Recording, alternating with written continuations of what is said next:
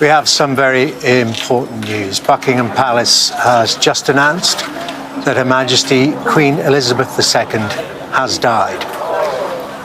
She was 96 years old. The Queen died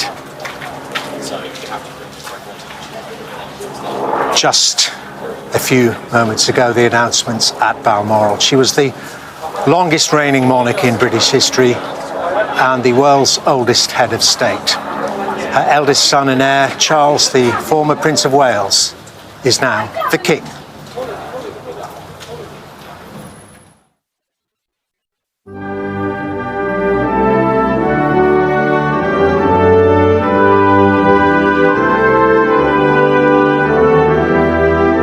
Great people of the nation would come together and they would choose who would be the successor.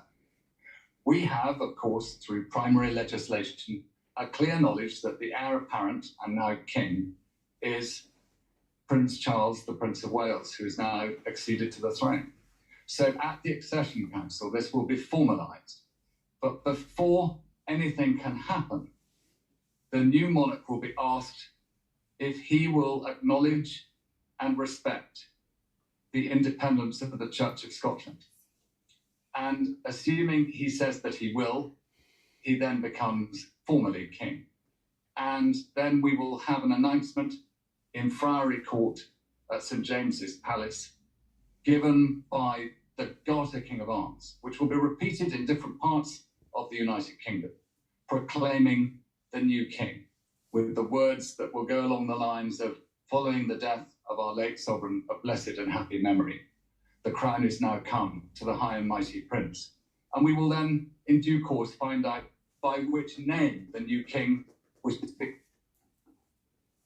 7 o'clock, and half an hour ago, Buckingham Palace announced that the Queen died peacefully at Balmoral this afternoon. The statement continued that the King and the Queen Consort will remain at Balmoral this evening and will return to London tomorrow.